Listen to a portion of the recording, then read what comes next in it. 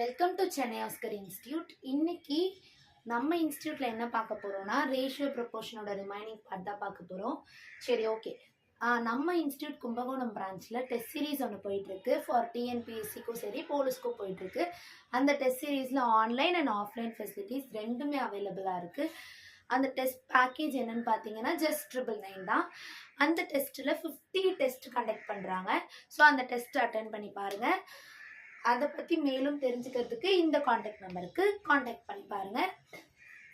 மறக்காமல் போய் test series attend பண்ணி ரொம்ப பெனிஃபிட் அடைஞ்சுக்கோங்க. ஓகே, இப்போ ஃபர்ஸ்ட் நம்ம இன்னைக்கு என்ன பார்க்க போகிறோம்னா, நேற்றுலேருந்து நம்ம என்ன பண்ணோம், நம்ம வீடியோக்கு முன்னாடி ஒவ்வொரு ஸ்டாட்டிக் ஜிகேவே இன்க்ளூட் பண்ணுறோம்னு சொல்லியிருந்தோம், கரெக்டாக? ஸோ இன்னைக்கு என்ன ஸ்டாட்டிக் ஜிகே பார்க்க போகிறோம்னா, நேற்று என்ன பார்த்துருந்தோம், தியான் சந்த் கேல் ரத்னா அவார்ட் பற்றி பார்த்துருந்தோம். தியான் சந்த் கேல் ரத்னா அவார்டு யாருக்கு கொடுப்பாங்க? ஃபார் ஸ்போர்ட்ஸ் பர்சனுக்கு கொடுப்பாங்க. ஹையஸ்ட் ஸ்போர்ட்ஸ் ஆனரிங் அவார்டா தியான் சந்த் கேல் ரத்னா அவார்டு இருந்தது. செகண்ட் ஹையஸ்ட் என்ன இருந்தது? அர்ஜுனா அவார்டு இருந்தது, கரெக்டா? இது ரெண்டும் பார்த்தோம். அடுத்தது துரோணாச்சாரியா கோச்சுக்கு கொடுக்கறது, இதெல்லாம் பார்த்தோம். இன்னைக்கு ஒரு அவார்ட் தான் பார்க்க போறோம். அது நேற்று பார்த்தது ஸ்போர்ட்ஸ் அவார்ட். இது வந்து லிட்ரரி ஆனர்ஸ், ஹையஸ்ட் லிட்ரரி ஆனருக்காக கொடுக்கப்படுற அவார்ட்ஸை பற்றி இன்னைக்கு ஒரு 2 அவார்ட் பார்த்துட்டு ரேஷியோ ப்ரொபோர்ஷனை கண்டினியூ பண்ணிக்கலாம். ஓகே ஓகே லிட்ரரி ஆனர்ஸ்க்காக கொடுக்கக்கூடிய 2 அவார்டு இது. First Sahitya Akademi award. Sahitya Akademi award எதுக்கு தருவாங்கன்னா, literary honour to writers for their outstanding books. ரைட்டர்ஸ்க்கு கொடுக்கக்கூடிய அவார்டு தான் இந்த சாகித்ய அகாடமி அவார்ட். அவுட்ஸ்டாண்டிங் புக்ஸ்க்காக கொடுக்கப்படுற அவார்ட். இந்த அவார்டு எப்போலேருந்து கொடுக்குறாங்கன்னா 1955ல் எஸ்டாப்ளிஷ் பண்ணாங்க. அப்போலேருந்து கொடுத்துட்டு இருக்காங்க. ஓகேவா? அடுத்தது சாகித்ய அகாடமி அவார்டுன்றது செகண்ட் ஹையஸ்ட் ஆனரிங் அவார்டு தான், ஃபர்ஸ்ட் ஹையஸ்ட் ஆனரிங் கிடையாது. ஃபர்ஸ்ட் ஆனரிங் அவார்டு ஒன்று இருக்குல்ல, first highest literary honour award இருக்குல்ல, அது என்னன்னா ஞானபித் அவார்டு. இந்த அவார்டு வந்து 1961ல இருந்து கொடுக்கப்படுறாங்க. ஆனா சாகித்ய அகாடமி அவார்டு 1955ல கொடுக்க ஆரம்பிச்சிட்டாங்க. அப்ப 1955ல இருந்து 1961 தானே இது கொடுக்குறாங்க. ஸோ இந்த டைம் பீரியட்ல சாகித்ய அகாடமி அவார்டு தான் ஃபர்ஸ்ட் ஹையஸ்ட் லிட்ரரி அவார்டா இருந்திருக்கணும். ஏன்னா இந்த அவார்டு ஒன்றும் அப்போ கிரியேட்டே ஆகலை. ஸோ அந்த 61 வரைக்கும் 55 to 61 சாகித்ய அகாடமி அவார்டு தான் ஃபர்ஸ்ட் ஹையஸ்ட் லிட்ரரியா இருந்திருக்கும். ஆஃப்டர் 1961ல இந்த அவார்ட் கிரியேட் ஆகி கொடுக்க ஆரம்பிச்சதுல இருந்து ஞானபித் அவார்டு தான் வந்து இந்தியாஸ் ஃபர்ஸ்ட் ஹையஸ்ட் லிட்ரரி அவார்டுன்னு சொல்லுவாங்க. இது எதுக்காக கொடுப்பாங்கன்னா, லிட்ரேச்சர் ஒர்க்ல அவுட்ஸ்டாண்டிங் கான்ட்ரிபியூஷன் பண்ணவங்க எல்லாருக்கும் இந்த அவார்டை கொடுப்பாங்க. ஓகே, இந்த 2 அவார்ட் பார்த்தோமா, இது 1955, இது 1961. Okay, India's first highest honouring literary award Jnanpith, second highest literary honouring award Sahitya Akademi. Okay ஓகேவா? இது வந்து நிறைய பேருக்கு கொடுப்பாங்க சாகித்ய அகாடமி அவார்ட். ஆனா ஞானபித் அவார்டு வந்து 2 பேருக்கு 2024, தட் மீன்ஸ் லாஸ்ட் இயர்ல 2 பேருக்கு கொடுத்துருக்காங்க. உருது போயட் குல்சார்ன்ற ஒரு உருது போயட்க்கும், சான்ஸ்கிரிட் ஸ்காலர் ஜகத்குரு ரம்பத்ராச்சாரியா அப்படின்ற ஒரு 2 பேருக்கும் 2024ல என்ன பண்ணிருக்காங்க, ஞானபித் அவார்ட் கொடுத்துருக்காங்க. யாரு? ஜகத்குரு ரம்பத்ராச்சாரியா, உருது போயட் குல்சார், இவர் சான்ஸ்கிரிட் ஸ்காலர். இவங்க 2 பேரும் 2024ல ஞானபித் அவார்ட் வாங்கியிருக்காங்க. ஓகே ஓகே நம்ம ரேஷியோ ப்ரொபோர்ஷன் கான்செப்ட் குள்ள போகலாமா? ஓகே வாங்க. ஓகே, இன்னைக்கு ரேஷியோ அண்ட் ப்ரொபோர்ஷன் தான் பார்க்க போறோம். பார்ட் 9 வீடியோஸ் ஆல்ரெடி பார்த்துட்டோம், கரெக்டா? இது பார்ட் 10. பார்ட் 9 வீடியோஸ் பார்த்துட்டோம், இது பார்ட் 10. இந்த பார்ட்டில் என்ன பார்க்க போகிறோம்னா, மென்சுரேஷன் ரிலேட் பண்ணி டிஎன்பிஎஸ்சியில் நிறைய ரேஷியோ அண்ட் ப்ரொபோர்ஷன் கொஸ்டின்ஸ் கேட்டுட்ருக்காங்க. இது எல்லாமே டிஎன்பிஎஸ்சி கொஸ்டின்ஸ் தான். அதில் வந்து மென்சுரேஷனை ரிலேட் பண்ணி தான் நிறைய கொஸ்டின்ஸ் கேட்குறாங்க. ஸோ மென்சுரேஷனில் கேட்குற இம்பார்ட்டன்ட் டாபிக்ஸ் எல்லாம் நம்ம பார்த்துட போகிறோம். அடுத்து மென்சுரேஷன் டாபிக் வரப்போ மீதியெல்லாம் டீப்பாக பார்க்கலாம். ஓகேவா? ரேஷியோ ப்ரொபோர்ஷனுக்கு தேவையான மென்சுரேஷன் கான்செப்ட் மட்டும் பார்க்க போகிறோம். ஃபஸ்ட்டு வந்து சிலிண்டர் இந்த ஷேப்பில் தானே இருக்கும். சிலிண்டரோட ஹைட் வந்து இதுதான் சிலிண்டரோட ஹைட். சிலிண்டரோட ரேடியஸ் இதுவும் ஒரு ரேடியஸ் தான். சிலிண்டரோட வால்யூம் கேட்டால் என்ன பண்ணுவோம்னா, pi into R square H. R square H into pi தான் சிலிண்டரோட வால்யூம். கர்வ்டு சர்ஃபேஸ் ஏரியானா இந்த சுத்தி இருக்கு தெரியுமா, இங்க இருந்து இது வரைக்கும் இப்படி சுத்தி இருக்குல்ல. ஒரு பாட்டில் எடுத்துக்கிட்டீங்க, ஃபார் எக்ஸாம்பிள் இதை எடுத்துக்கிட்டீங்கன்னா இது ஃபுல்லா இப்படி சுத்தி இருக்குல்ல, இது மட்டும்தான் கர்வ்டு சர்ஃபேஸ் ஏரியா. ஸோ இதுதான் கர்வ்டு சர்ஃபேஸ் ஏரியா. அதே டோட்டல் சர்ஃபேஸ் ஏரியானா மேல இருக்க ரெண்டு ஸ்பியர், சாரி மேல இருக்க ஒரு ஸ்பியர், கீழே இருக்க ஒரு ஸ்பியர் பிளஸ் இந்த கர்வ்டு சர்ஃபேஸ் ஏரியா, மூணுமே சேர்ந்தாதான் டோட்டல் சர்ஃபேஸ் ஏரியா. அதாவது மேல இருக்க டாப்பு, கீழே இருக்க இந்த பாட்டம், இந்த கர்வ்டு சர்ஃபேஸ் ஏரியா மூணுமே சேர்ந்தது தான் என்னது, டோட்டல் சர்ஃபேஸ் ஏரியா. அதனாலதான் கர்வ்டு சர்ஃபேஸ் ஏரியாவோட வேல்யூ 2πRHனா டோட்டல் வந்து இந்த கர்வ்டு சர்ஃபேஸ் ஏரியா பிளஸ் மேல ஒரு ஸ்பியர் கீழே ஒரு ஸ்பியர், அதாவது மேல ஒரு சர்க்கிள் கீழே ஒரு சர்க்கிள் இருக்குமா. சர்க்கிளோட ஏரியா என்னன்னா area of circle is equal to πr². ரெண்டு சர்க்கிள் இருக்கிறதுனால 2πr² போட்டிருக்கோம். ஸோ 2πr காமனா எடுத்தீங்கன்னா h+rன்னு இருக்கும். இது TSA, that means total surface area. இது கர்வ்டு சர்ஃபேஸ் ஏரியா, இது வால்யூம். சரியா, ஒரு சிலிண்டர் எடுத்துக்கிட்டா வால்யூம் πr²h தெரியணும், CSA என்னன்னு தெரியணும், 2πRh தெரியணும், TSA என்னது 2πRh + 2πr². ஓகே, காமனா எடுத்து எழுதியிருக்கேன். இது சிலிண்டருக்கானது. அதை பேஸ் பண்ண சம்ஸாவும் நம்ம பார்த்துக்கலாம். இப்போ ஒரு ரெண்டு ஷேப் பார்க்குறோம்னா அந்த ரெண்டு ஷேப்பை பேஸ் பண்ண சம்ஸும் நான் உங்களுக்கு சொல்லித்தரேன். ஓகேவா. அடுத்தது கோன். கோன் எடுத்துக்கிட்டோம்னா இந்த சிலிண்டர் இருக்கு இல்லையா, சிலிண்டரை ஒரு சிலிண்டருக்குள்ள 3 கோன் இருக்கும். அதாவது சிலிண்டரை 3 கோனா டிவைட் பண்ணலாம். இங்க பாருங்க, இதான் ஒரு சிலிண்டர், இங்க இருக்குல்ல, இதை எடுத்துப்போம். இதான் ஒரு சிலிண்டர். கரெக்ட். அதுல இப்படி ஸ்ப்ளிட் பண்ணீங்கன்னா இது ஒரு கோனா, அடுத்து இது ஒரு கோனா, அப்புறம் இது ஒரு கோன். டிஃபரன்ஷியேட் பண்ணி காட்டுறேன். இங்க பாருங்க, இது ஒரு கோன், இது ஒரு கோனு, அண்ட் தென் இது ஒரு கோன். 3 கோன் இருக்கா. அப்போ ஒரு சிலிண்டருக்குள்ள 3 கோன் இருக்கும். அப்ப சிலிண்டர் இதோட வால்யூம் எழுதுனா என்ன பண்ணுவீங்க, சிலிண்டரோட வால்யூமை 3ஆ டிவைட் பண்ணா நமக்கு என்ன கிடைக்கும், கோனோட வால்யூம் கிடைக்குமா. ஏன்னா சிலிண்டர்ல ஒரு 3ஆ டிவைட் பண்ணலாம் சிலிண்டர்ல கோனை. கரெக்டா. ஸோ சிலிண்டர்ல 3 டிவைட் பண்ணா we get volume of cone. So கோனோட volume 1/3 πr²h. Curved surface area வேணும்னா திருப்பியும் இங்க இதுதானே கோனு, கர்வ்டு சர்ஃபேஸ் ஏரியானா சுத்தி இருக்கிறது மட்டும், ஸோ πRL. டோட்டல் சர்ஃபேஸ் ஏரியானா இந்த கர்வ்டு சர்ஃபேஸ் ஏரியா பிளஸ் கீழே இருக்க ஒரு சர்க்கிள் ஏரியா. ஸோ சர்க்கிளோட area πr². So πRL + πr², CSA plus சர்க்கிளோட ஏரியா. ஸோ TSA வந்து πRL + πr². இதுலயும் திருப்பியும் πr காமனா எடுத்தீங்கன்னா L + Rன்னு எழுதலாம். இதுதான் TSA. TSAவை πr + L + Rன்னு எழுதலாம். இப்ப இதுதானே கோன். இதை வந்து என்ன சொல்லுவோம்னா ஸ்லாண்ட் டைட்னு சொல்லுவோம். கோன்ல இந்த ஷேப், இந்த சைடை வந்து ஸ்லாண்ட் டைட்னு சொல்லுவோம். இது வந்து ஹைட் ஆஃப் த கோன், இது ரேடியஸ். அதாவது ஒரு கோனை இப்படி ஒரு ரைட் ஆங்கிள் ட்ரையாங்கிள் ஃபார்ம் பண்ணும். இதுதான் ஸ்லாண்ட் டைட், இது ஹைட்டு, இது ரேடியஸ் அப்படி சொல்லிட்டு. அப்ப இது ரைட் ஆங்கிள் ட்ரையாங்கிள்னா பித்தகரஸ் தியரம் ஃபார்முலா படி இது எப்படி எழுதலாம், இதுதான் ஹைப்போடென்யூஸ். ஸோ இங்கே தானே ரைட் ஆங்கிள் இருக்கு, அப்போ இதுதானே ஹைப்போடென்யூஸ். அப்போ L² = h² + r². This is equal to இது பிளஸ் இதுவா. So h² + r². எல்லோட வேல்யூ வேணும்னா என்ன பண்ணலாம், √h² + r². இதே ஹோட வேல்யூ வேணும்னா h² இப்படியே வச்சுட்டு L² - r²ன்னு எழுதலாம். அதே மாதிரி ஆர் வேணும்னா L² - h²ன்னு எழுதலாம். கரெக்டா. இதுதான் கோனை பத்தி நீங்க தெரிஞ்சுக்க வேண்டியது. இது சிலிண்டர், இது கோன். ஓகேவா. இப்ப சம்மப்போ ஃபர்ஸ்ட் சம் பாருங்க. Radius of 2 right circular cylinder R 4:3. அதாவது 2 ரைட் சர்க்குலர் சிலிண்டர், சிலிண்டரோட ரேடியஸ் 4:3 ரேஷியோல இருக்கு. அதோட ஹைட் வந்து 7:4 ரேஷியோல இருக்கு. தென் the ratio of curved surface ஏரியாவோட ரேஷியோ என்னன்னு கேட்குறாங்க. முதல்ல நம்ம எப்பயுமே மென்சுரேஷன் பொறுத்தளவுக்கு கிவன் எழுதிக்கோங்க. ஃபர்ஸ்ட் ரேடியஸ் 1, ஒரு ரேடியஸ், 2 ரேடியஸ்னு 2 இருக்கு. அடுத்தது ஹைட் 1, ஹைட் 2ன்னு 2 இருக்கு. கரெக்டா. எல்லாமே ரேஷியோல தான் இருக்கு. நம்ம கண்டுபிடிக்க போற ஆன்சருமே ரேஷியோல தான். ஸோ இதை நீங்க XYன்னு போட்டு ஸ்பிளிட் பண்ணி காட்டணும்னு அவசியம் இல்லை. ஆன்சரே ரேஷியோல தானே கேட்டிருக்காங்க. ஸோ இதை 4x 7y அந்த மாதிரிலாம் வேரியபிள் இன்க்ளூட் பண்ண தேவையில்லை. டைரக்டா ரேஷியோ கண்டுபிடிச்சிடலாம். கர்வ்டு சர்ஃபேஸ் ஏரியாவோட ஃபார்முலா என்ன, curved surface area of cylinder 2πRh. So 2π ரெண்டு சிலிண்டர் இருக்குல்ல, so 2 pi R1 H1 is to ratio தான் நமக்கு வேணும். 2 பை R2 H2ன்னு டிஃப்ரென்ஷியேட் பண்ணுறதுக்காக இது ரேடியஸ் 1 I1 இது ரேடியஸ் 2 I2ன்னு எழுதியிருக்கேன். 2 பை வந்து கான்ஸ்டன்ட், ஸோ கேன்சல் ஆயிடுச்சு. ஆனால் இந்த சிலிண்டருக்கு ரேடியஸ் ஹைட் வேற, இந்த சிலிண்டருக்கு ரேடியஸ் ஹைட் வேறையா. இதோட ரேடியஸ் 4, இதோட ஹைட் 7 இஸ் டு இதோட ரேடியஸ் 3, இதோட ஹைட் 4.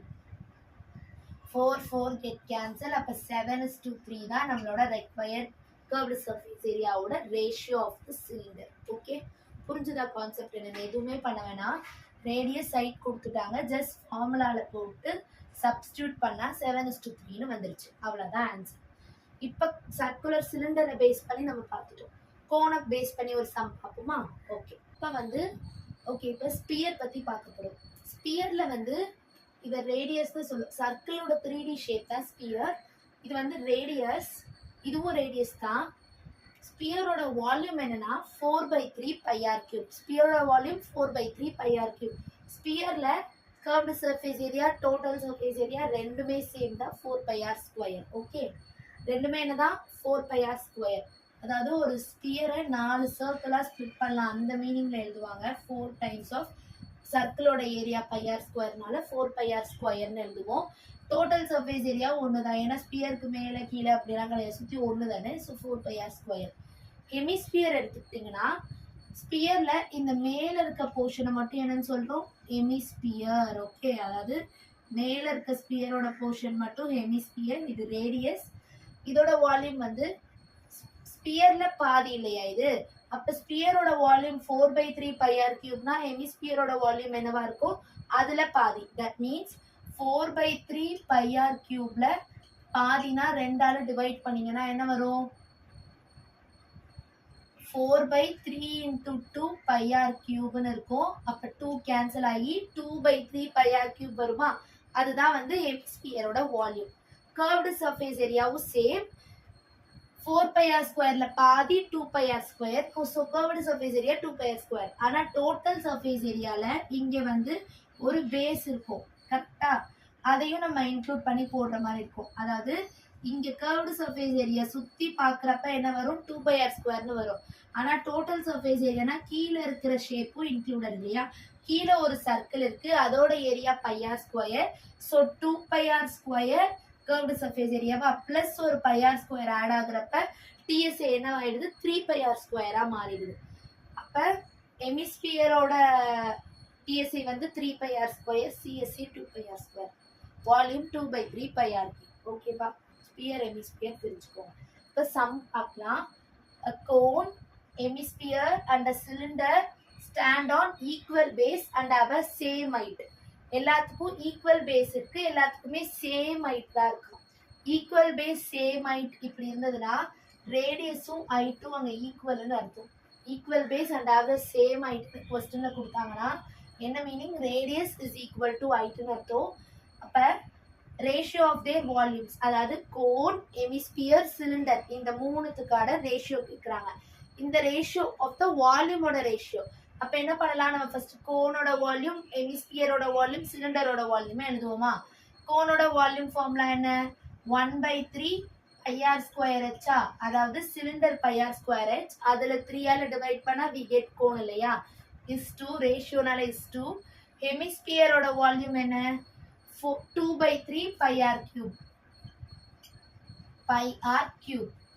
அடுத்தது சிலிண்டரோட வால்யூம் என்ன? πr²h.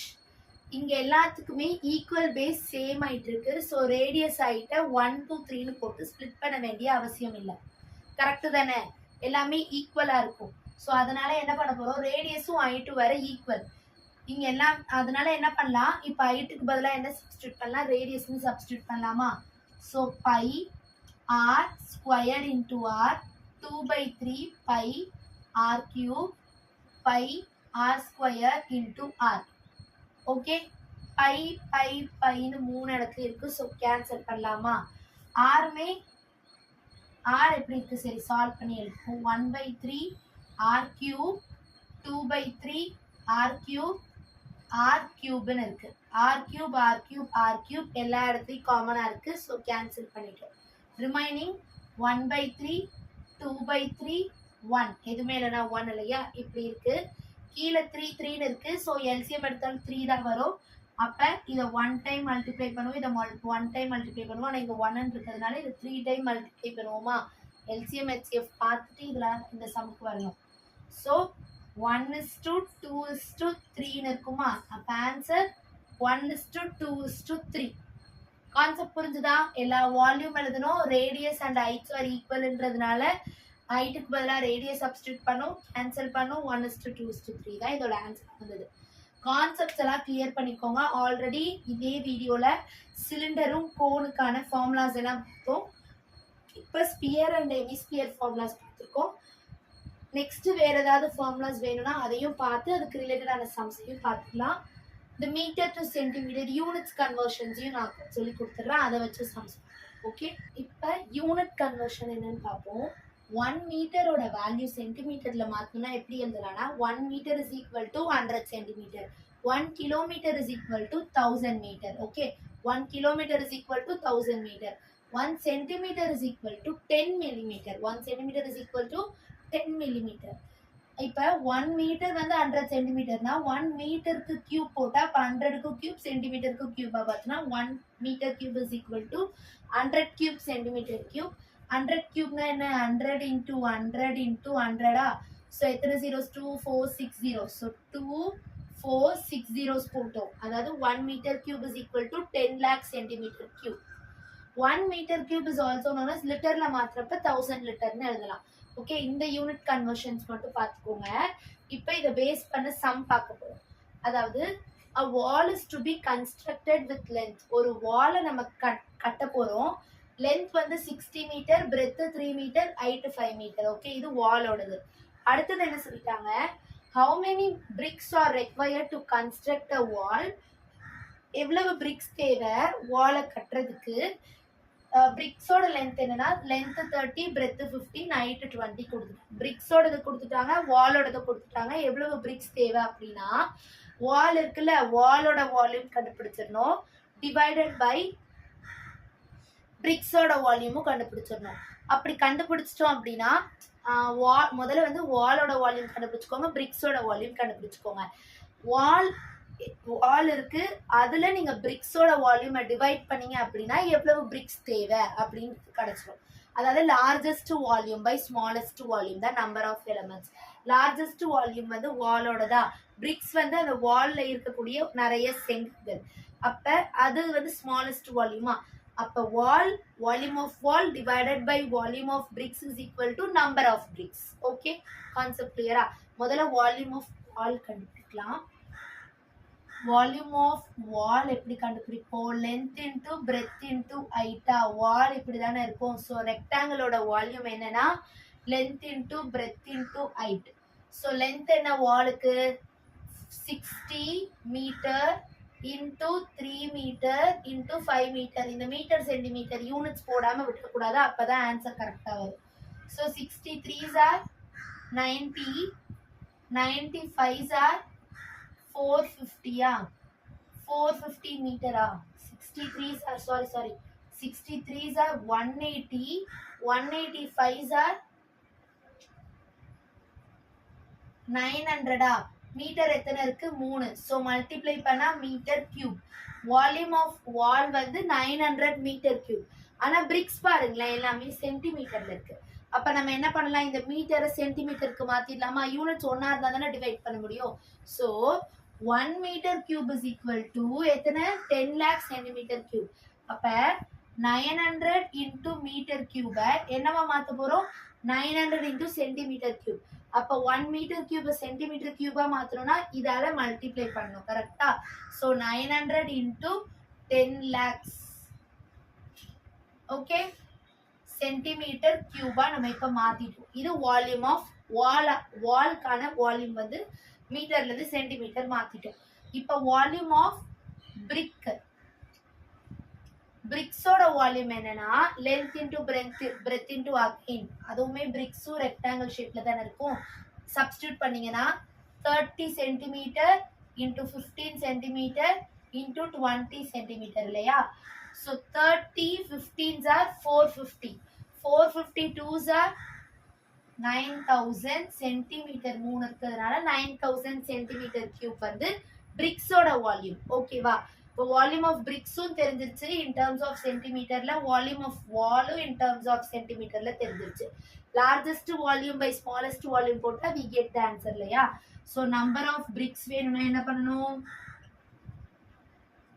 வால்யூம் ஆஃப் வாலோட volume 900 into 10 lakhs centimeter cube divided by volume of brick 9000 centimeter cube.